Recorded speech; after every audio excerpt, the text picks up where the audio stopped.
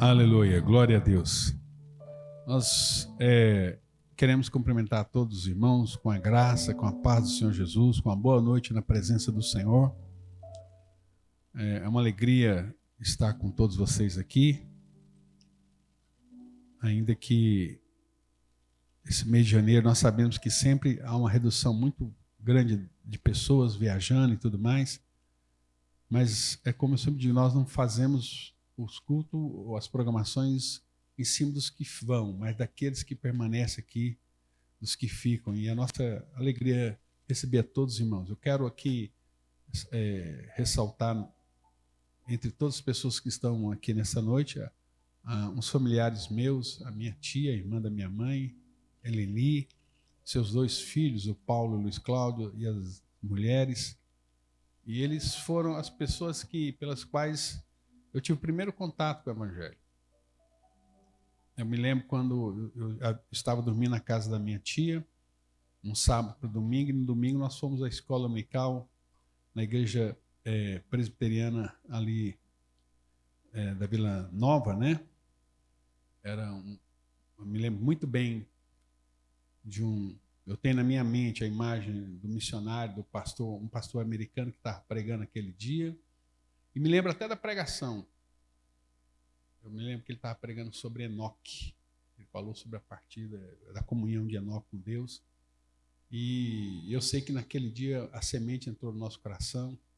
E hoje nós estamos aqui pastoreando essa igreja e outros que nós já pastoreamos para a honra e glória do nome de Jesus. Então, assim, através dessa casa nós tivemos acesso ao Evangelho. Depois toda a família veio se converter, né, tia? Todos depois se converteram. Benção. Seja muito bem-vindo. O Paulinho é meu primeiro, né, o neto, mora em Barra do Garça e está visitando aqui em Goiânia, veio visitar os familiares. Sejam todos bem-vindos. Amém? Eu queria ler com os irmãos em 1 Coríntios 11, 23. Nós vamos meditar, Guilherme, na NAA. Como hoje nós vamos celebrar a ceia, eu quero trazer uma meditação com os irmãos aqui. 1 Coríntios, capítulo 11, versículo 23, diz assim: porque eu recebi do Senhor o que também lhes entreguei, que o Senhor Jesus, na noite em que foi traído, pegou um pão e, tendo dado graças, o partiu e disse: isto é o meu corpo que é dado por vocês, façam isto em memória de mim.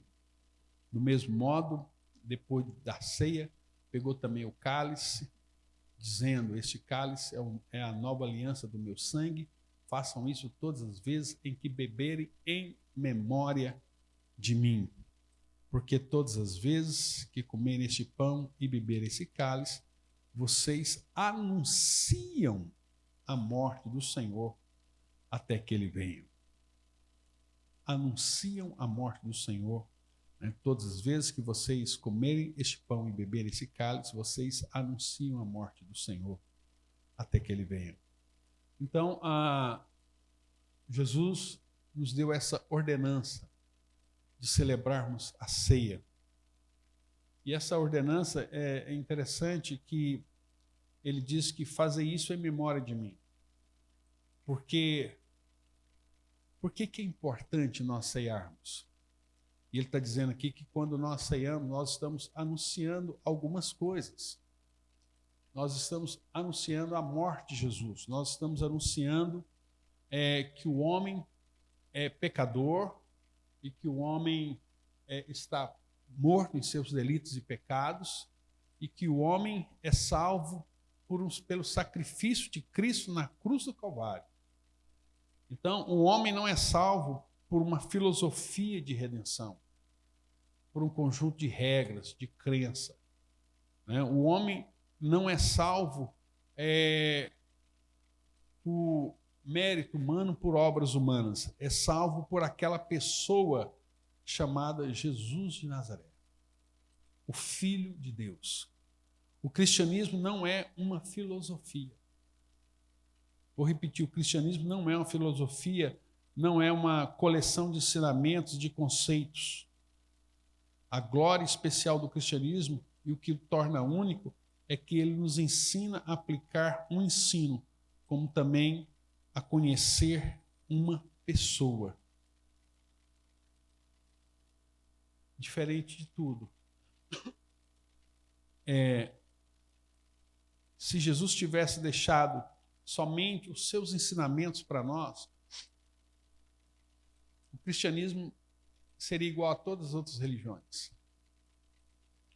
Ainda que esses ensinamentos são superiores a todos os outros ensinamentos, mas se Jesus tivesse deixado para nós só os seus ensinamentos, o cristianismo seria mais uma religião. Assim como o Buda deixou seus ensinamentos, Maomé deixou seus ensinamentos, né?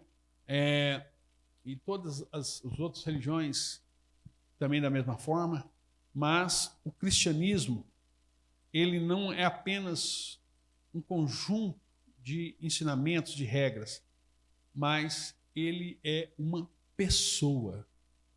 E essa pessoa é viva, e essa pessoa mora em nós, essa pessoa vive em nós, essa pessoa é real, essa pessoa se manifesta, essa pessoa se revela. E hoje no mundo inteiro está acontecendo um fenômeno que sempre aconteceu, que nós chamamos isso de fator Melquisedeque, né? Que é a manifestação real de Cristo. Assim como Jesus apareceu lá para Jacó, Jesus apareceu para Gideão, né? Jesus apareceu para Moisés. Hoje Jesus Cristo está aparecendo pessoalmente para muitas pessoas ao redor do mundo. E um fenômeno muito forte está acontecendo particularmente no Irã hoje. O Irã está sendo visitado poderosamente pelo poder de Deus. Porque apesar de toda a repressão, apesar de toda a opressão do governo, para poder limitar o cristianismo, o que tem acontecido? Jesus Cristo tem aparecido pessoalmente para aquelas pessoas. Pessoalmente, Jesus se manifesta pessoalmente para aquelas pessoas e como ele manifestou para o apóstolo Paulo, mandando aquelas pessoas irem e procurarem determinada pessoa para ouvirem o evangelho. Há um relato que está correndo na internet, só que esse foi no Egito, de um pastor que estava na rua e parou uma van e colocou um capuz nesse pastor e sequestrou esse pastor e levou esse pastor encapuzado para uma localidade desconhecida, e o pastor pensou que estava todos aqueles homens vestidos com as roupas tradicionais do islamismo, e quando aquele pastor entrou no ambiente, eles tiraram o capuz e tinha uma mesa preparada com pão e vinho. E aqueles homens falaram para aquele pastor: olha, desculpa por nós termos sequestrado o senhor. É porque todos nós aqui, tinha uma multidão, todos nós aqui, o Senhor Jesus apareceu para nós e falou sobre o sacrifício dele. E disse que era para nós pegarmos o Senhor, trazer aqui, que o Senhor ia falar o evangelho para nós. Como nós sabíamos que se nós fôssemos lá falar com o Senhor não ia vir, nós sequestramos o Senhor. Então aqui está todo mundo agora pronto, pregue o evangelho para nós. Isso aconteceu agora, no ano passado. E manifestações como esta, o Irã hoje se calcula que mais ou menos 2.000 pessoas estão se convertendo ao Senhor Jesus Cristo por dia. Mais de 50.000 mesquitas foram fechadas no Irã. E eu quero até convidar vocês a estar orando pelo Irã, porque agora, hoje, nesse momento agora, está acontecendo uma revolução lá. A população está se rebelando contra o governo para derrubar esse regime opressor e algo sobrenatural. Então, Jesus Cristo, ele é vivo, ele é uma pessoa, ele é real. Então, quando nós falamos de Jesus, nós não estamos falando apenas dos seus ensinamentos. O mais importante, aliás, os ensinamentos de Jesus Cristo para nós são ensinamentos impossíveis de serem obedecidos. Vou repetir, os ensinamentos de Jesus Cristo para nós são ensinamentos impossíveis de serem obedecidos. Quer coisa mais difícil do que perdão? como perdoar. Perdão é uma coisa impossível, humanamente falando. Amar o seu inimigo. Esses mandamentos, caminhar uma segunda milha, tantos outros pensamentos, né? Não cobiçar, não adulterarás, não desejar no seu coração. Jesus falou, não é só não adulterar, é não desejar no seu coração. Todos esses mandamentos são impossíveis de ser obedecidos humanamente falando. Só há um meio de nós obedecermos o Evangelho, os ensinamentos de Jesus Cristo, resumindo ali no Sermão do Monte. Só há um meio de nós obedecermos isso. É se Cristo morar em nós. Se Cristo viver em nós. Ele viver a vida dele através de nós. Pelo seu Espírito que habita em nós, ele nos capacita a vivermos o Evangelho, a obedecermos os seus mandamentos, a obedecermos a sua palavra. É através do Espírito Santo que vive em nós. Então, não é apenas... As pessoas podem ler a Bíblia e meditar nos mandamentos, estudar os mandamentos, conhecer o grego, conhecer o hebraico, né? e estudar tudo. Mas se Cristo não estiver em você, se você não for nascido de novo, se você não for gerado pelo Espírito Santo, você vai apenas conhecer filosofia humana, regras humanas. Quantas pessoas conhecem a Bíblia, conhecem a palavra de Deus, mas não foram transformados pela palavra de Deus, não deram lugar no seu coração para a palavra de Deus. No texto que nós lemos em 1 Coríntios 11, 23, a Bíblia diz assim, que nós devemos celebrar a ceia para nós nunca esquecermos o que Jesus fez por nós. Para que nós nunca esqueçamos. Porque se nós não celebrarmos a ceia, nós vamos esquecer. Hoje, o que tem mais, as igrejas que adotam o evangelho liberal, na prática, eles esqueceram por que Jesus morreu. Jesus não é o Redentor, é um mártir.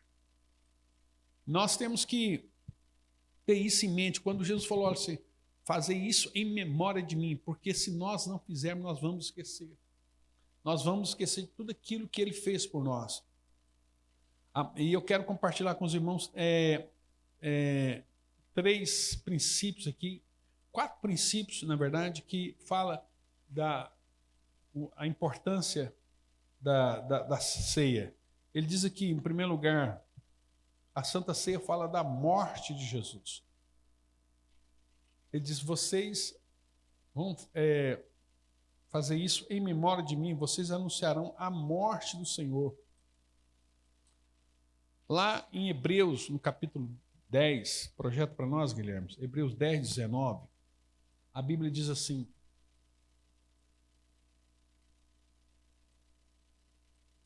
portanto, meus irmãos, tendo ousadia para entrar no santuário pelo sangue de Jesus, pelo novo e vivo caminho que ele nos abriu por meio do seu véu, isso é, da sua carne. 21. Tendo um grande sacerdote sobre a casa de Deus. E o 22, o último versículo, aproximemo-nos com um coração sincero, em plena certeza de fé, tendo o coração purificado da má consciência e do corpo lavado com água pura. Então a Bíblia diz que nós entramos na presença de Deus, no santuário, nos céus, com ousadia, pelo sangue de Jesus. O sangue de Jesus Cristo nos purifica de todo o pecado. O sangue de Jesus Cristo nos comprou para Deus. O sangue de Jesus Cristo nos redimiu. Foi pelo sangue que o véu foi rasgado. Foi o preço do nosso pecado foi pago. Fomos resgatados do inferno. Todos os nossos pecados foram perdoados. É pelo sangue que nós fomos declarados justos, que nós fomos justificados. É pelo sangue que nós nos tornamos filhos de Deus. Foi a sua morte vicária e expiatória. A morte de Jesus não foi a morte de um mártir, mas uma morte substitutiva. Jesus morreu por nós, Jesus deu a vida dele por nós, para nos comprarmos para Deus. E nós fomos comprados, nós fomos lavados, nós fomos redimidos, porque o sangue de Jesus Cristo foi derramado na cruz do Calvário. E por isso que ele diz, quando vocês cearem, vocês lembrem disso, de quem vocês são. Vocês são filhos de Deus, vocês foram comprados, vocês foram redimidos, vocês pertencem ao Senhor, vocês foram feitos dele, vocês foram feitos por ele e vocês foram feitos para ele. A ceia é para nos trazer a memória, a lembrança, a nossa identidade, quem nós somos, como que nós fomos comprados, como que nós fomos redimidos, para que nós nunca esqueçamos disso. Esse é o propósito da ceia. Trazer a memória, celebrar, nunca esquecer, para os nossos filhos saberem. Os nossos filhos terem essa consciência, os nossos meninos, eles precisam ter essa consciência de que eles são filhos da graça, que eles são comprados, que eles foram eleitos por Deus antes da fundação do mundo. E por isso eles podem participar da promessa, por isso eles fazem parte da promessa, fazem parte da aliança de Deus para conosco. A Santa Ceia fala da morte, do sangue, da nossa vitória sobre o pecado, sobre a morte. Em segundo lugar, o sangue de Jesus Cristo nos dá a vitória. Eu quero ler com vocês Apocalipse 12, versículo 10 e 11. Olha só o que diz a palavra de Deus em Apocalipse, capítulo 12, versículo 10. Diz assim: Então ouvi uma voz do céu, ouvi uma voz forte do céu, proclamando: agora veio salvação, o poder, o reino do nosso Deus e a autoridade do seu Cristo, pois foi expulso o acusador dos nossos irmãos, o mesmo que os acusa de dia e de noite diante do nosso Deus. Eles venceram. Como é que nós vencemos as tentações? Como é que nós vencemos o pecado? Como é que nós vencemos o diabo? Como é que nós vencemos todas as coisas? Eles o venceram por causa do sangue do Cordeiro e por causa da palavra do testemunho que deram. Não, olha só, eles venceram por causa do sangue do Cordeiro. O sangue de Jesus que é o selo da promessa sobre as nossas vidas, é a marca da promessa. Então, quando Deus olha para a humanidade, Deus vê aqueles que são seus filhos e aqueles que não são seus filhos. E o que faz com que nós sejamos identificados como os filhos de Deus é se nós temos sobre as nossas vidas o sangue de Jesus Cristo que nos purificou e nos comprou para Deus. Eles venceram por causa do sangue do Cordeiro e por causa da palavra, do testemunho que deram. E mesmo diante da morte, não amaram a própria vida. Ou seja, eles descobriram algo que é mais forte do que a vida. Não há nada neste mundo, aparentemente, mais importante do que a vida, a não ser o nosso relacionamento com Deus, que é mais forte. A Bíblia diz que é mais, nós devemos amar a Deus mais do que a nossa própria vida. Ele disse isso: se vocês não amarem a Deus mais do que tudo, mais até mesmo que a própria vida, vocês não serão meus discípulos. Terceiro lugar, a ceia fala da ressurreição. E a ressurreição fala de Cristo vivendo em nós. Quando nós celebramos a ceia, é isso que nós estamos falando aqui. Cristo vive em nós. Cristo vive em nós. Nenhuma religião no mundo proclama isso. Nenhuma religião no mundo declara isso. Nenhum budista pode falar que Buda vive nele. Nenhum seguidor do Islã pode falar que Maomé vive nele. Somente a única falsificação disso são os satanistas, né? Que tentam aí falsificar a fé, incorporando, sendo um instrumento. Por isso que o nome que se dá é cavalo, né? Eles são cavalos eles mesmos se proclamam como cavalos do diabo. Enquanto a Bíblia fala que nós somos filhos, eles se autoproclamam como cavalos. Instrumento que o capeta usa, né, para os seus próprios fins. A Bíblia diz que Cristo vive em nós. Quero ler com vocês Mateus capítulo 28, versículo 18. Vamos ver algumas referências. Mateus 28, 18 ao 20.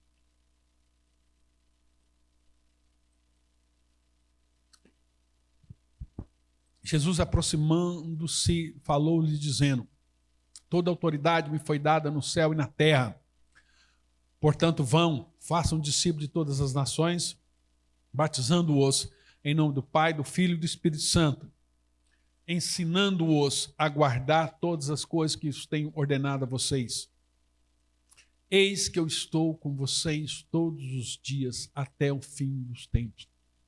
Eu vou estar com vocês. O Senhor Jesus prometeu: eu vou estar com vocês. E não é que Ele vai estar do nosso lado. E não é que Ele vai estar à distância.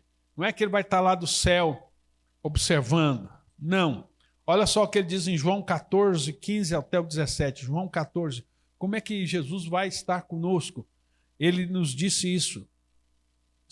João 14, 15 diz assim: se vocês me amam, guardarão os meus mandamentos, e eu pedirei ao Pai e Ele lhes dará outro Consolador, a fim de que esteja com vocês para sempre. O Espírito Santo estará com vocês para sempre. A Bíblia diz que Ele é o penhor da nossa herança, Ele é a garantia, Ele estaria conosco até a volta de Jesus. Ele é o nosso penhor, é a nossa segurança. Qual é a certeza que eu tenho que Jesus vai voltar? É que o Espírito Santo habita em mim. O Espírito Santo habita em nós. Essa é a nossa garantia, essa é a nossa calção, esse é o nosso tesouro. O Espírito Santo habita em nós. E Ele disse que o Espírito Santo habitaria em vocês para sempre. Ele continua dizendo no versículo 17: é o Espírito da verdade que o mundo não pode receber porque não o vê nem o conhece. Vocês o conhecem, porque Ele habita com vocês e estará em vocês. Vocês o conhecem, porque Ele habita com vocês e Ele estará em vocês. É Deus vivendo em nós, é Deus habitando em nós, é Deus morando em nós, é o Espírito de Deus em nós. É o Espírito de Deus em nós. Aí no mesmo capítulo, lá no versículo 23, ele diz assim, olha só, Jesus respondeu: se alguém me ama, guardará a minha palavra, e meu Pai o amará, e viremos para ele e faremos nele morada. Eu, o Pai e o Espírito Santo habitaremos nele, a Trindade, a Sagrada Família, habitaremos nele, faremos nele morada. Escuta, Salomão falou isso: Deus não habita em templos feitos por mãos humanas, não é tijolo, não é parede. Deus está edificando um corpo, uma morada, e essa morada é a igreja, onde Ele vai habitar eternamente conosco, onde Ele vai viver eternamente no dia eterno. Na eternidade é Deus morando com o templo que Ele edificou, é Deus morando em nós. E isso já começou agora. Deus habita em mim, Deus habita em você, Deus habita em nós. E o prazer de Deus é habitar em nós. Por isso que onde Deus habita, quando você abre o seu coração para Ele fazer morada, tudo aquilo que não agrada a Deus sai da nossa vida, tem que sair para vivermos uma vida santa, irrepreensível na presença dEle. Irrepreensível na presença dEle. Então a ceia fala disso, fala da morte de Cristo, do sangue que nos purificou de todo pecado, do sangue que nos dá vitória. Fala de Deus morando em nós, Cristo morando em nós, e que a morte foi vencida, e se Cristo não ressuscitou, é vã a nossa fé. Então qual é o nosso penhor, a nossa garantia? Que o Espírito Santo está em mim, está em você, está em nós, habita em nós. Em último lugar, a ceia fala da volta de Jesus. Em João 14, esse mesmo capítulo aí que nós estamos lendo, João 14, versículo 1 a 3, diz assim: que o coração de vocês não fique angustiado. Vocês creem em Deus, creiam também em mim. Na casa de meu pai há muitas moradas. Se não fosse assim, eu já lhes teria dito, pois vou preparar um lugar para vocês. Presta atenção, às vezes nós pensamos que ele está preparando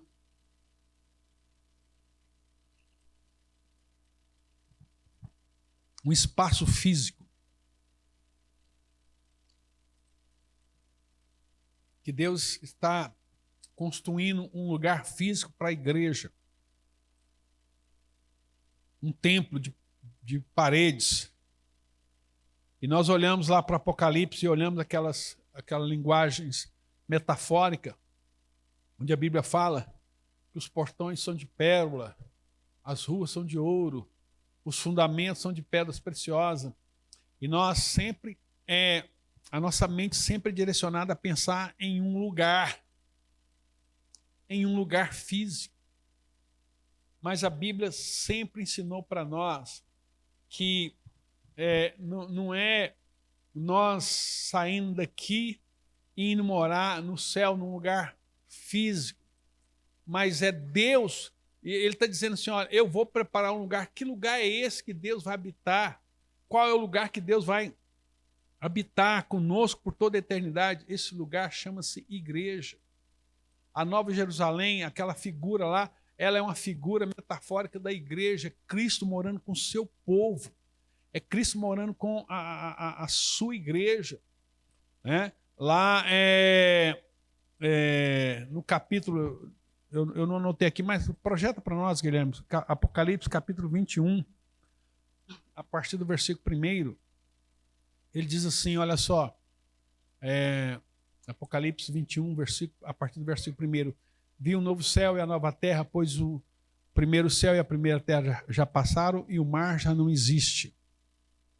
Pode continuar. Vi também a cidade santa, a Nova Jerusalém, que descia do céu da parte de Deus, preparada como uma noiva enfeitada para o seu noivo.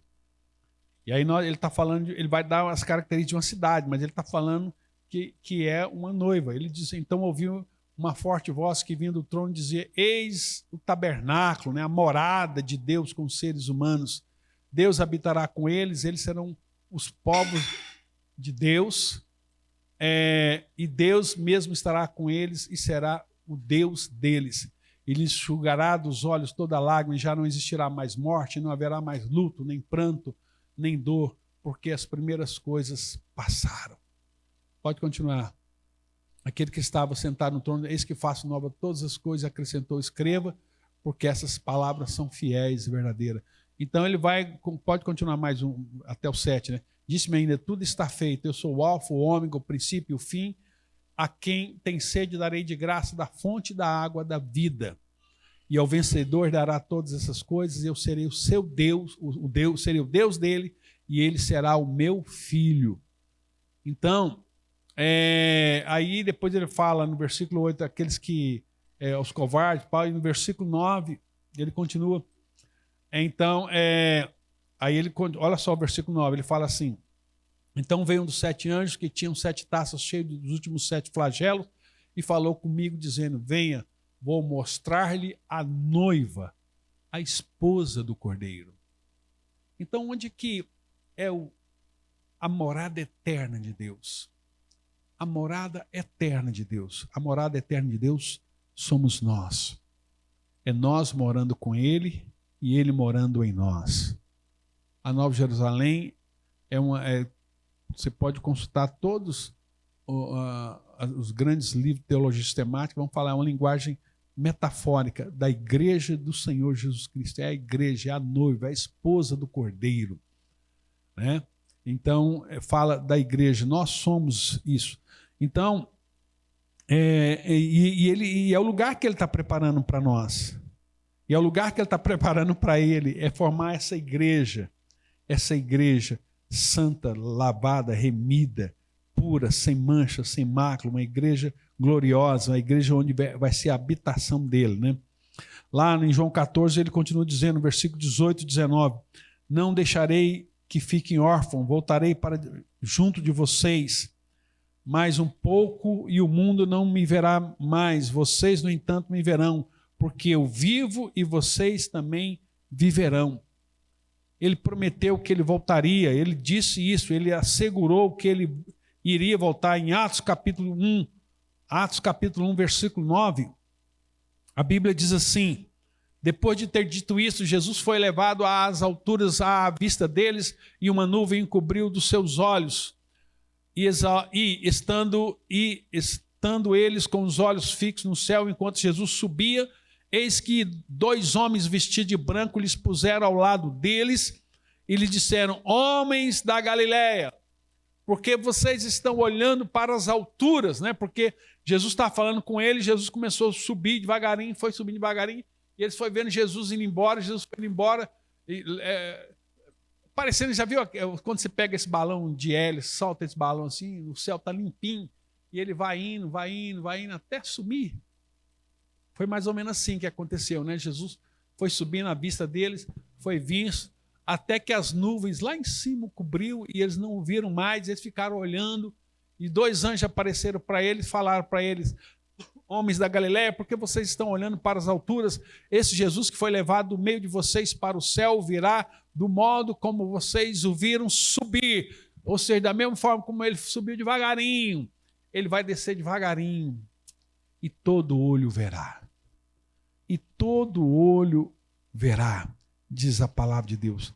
Todo olho verá o Senhor Jesus. Todo olho verá o Senhor Jesus quando ele vier, vestido em glória, em majestade, em honra. Ele vai vir coroado de honra, glória. Então, quando nós ceiamos, nós estamos falando que ele pagou, derramou sangue por nós. Ele morreu por nós. Ele comprou-nos para Deus. Ele teve a sua morte vicária. Falamos da sua morte, falamos da sua ressurreição e falamos também da sua volta. Ele vai voltar, e diz: até que eu venha. Fazei isso em memória de mim, né? Até que eu venha. Então esse é o motivo pelo qual nós celebramos, para não esquecer, para lembrar-nos da morte expiatória de Jesus, para lembrar que ele vive em nós e que ele voltará. Ele voltará, creia ou não. As pessoas podem duvidar, podem fazer o que quiser, mas ele prometeu que ele vai voltar. Em 1 Tessalonicenses capítulo 4, versículo 16, 1 Tessalonicenses 4, 16, diz assim: porque o Senhor mesmo, dada a sua palavra de ordem, ouvida a voz do arcanjo, ressoada a trombeta de Deus, descerá dos céus, e os mortos em Cristo ressuscitarão primeiro. Quando ele vier, né, a Bíblia diz que vai haver um grande estrondo no céu, e uma trombeta soará, os mortos em Cristo ressuscitarão primeiro, e ele diz: depois nós, os que ficarmos vivos, seremos arrebatados juntamente com ele entre as nuvens, para o encontro com o Senhor nos ares, e assim estaremos para sempre com o Senhor. Então vai haver um grande alarido, né? Algo semelhante assim: eis aí o noivo, e o anjo vai tocar uma grande trombeta, haverá um grande estrondo no céu, os sepulcros se abrirão, os mortos ressuscitarão, encontrarão o Senhor nos ares. Depois que os mortos subirem, a Bíblia diz que nós seremos arrebatados, seremos levados, vamos subir ao encontro dele, transformado em um corpo glorificado, vencendo todas as barreiras da física, né? Voando ao encontro do Senhor nos ares, vamos encontrar o Senhor, e ali a Bíblia diz que viveremos para sempre com o Senhor. Quantos creem nisso? Amém. Eu creio que essa promessa é fiel e verdadeira. Eu creio que essa promessa está para se cumprir em nossas vidas, que nós, né, vamos ver isso. Que nós vamos ver isso. Talvez alguns de nós não, mas eu sei que a nossa geração verá isso. A nossa geração, muitos da nossa geração vai poder ter esse privilégio, né? Eu creio. Apocalipse capítulo 1, versículo 7. Jesus disse assim: eis que ele vem com as nuvens. Olha só o que a Bíblia diz. Eis que ele vem com as nuvens, e todo olho o verá. O Instagram vai pirar, Facebook, YouTube, canais, todo mundo vai pirar assim, todo mundo com... O pessoal vai estar filmando, enquanto eles estão filmando, eu estou subindo. tá? Uns vão ficar filmando, transmitindo ao vivo a live, né? Ganhando curtida, e nós vamos estar curtindo lá na glória. Vamos estar com o Senhor, né? A Bíblia diz: todo olho o verá. Vai ser dia, talvez no Brasil, noite no Japão, não importa. Todo olho o verá. Todo olho verá. Diz a palavra de Deus. Eis que todo olho verá, até mesmo aqueles que os traspassaram. Ou seja, até aqueles que estão no inferno, aqueles que mataram Jesus, vão vê-lo voltando em glória. E todas as tribos da terra se lamentarão por causa dele. Aqueles que ficaram vão ficar filmando, chorando, né? E na verdade, todos se lamentarão por causa dele, certamente. Amém. Amém. Isso é palavra de Deus. Isso é palavra de Deus. Nós queremos, nesse momento agora, orar ao Senhor. Orar ao Senhor para que, quando Ele vier, você não possa estar transmitindo a live, mas você possa estar vivendo a live. Você possa estar subindo, sendo arrebatado com o Senhor nos ares. A Bíblia diz que aqueles que ficarem vão chorar, vão se lamentar. Vão se lamentar. E o Cordeiro virá e julgará todas as tribos, povos, línguas e nações.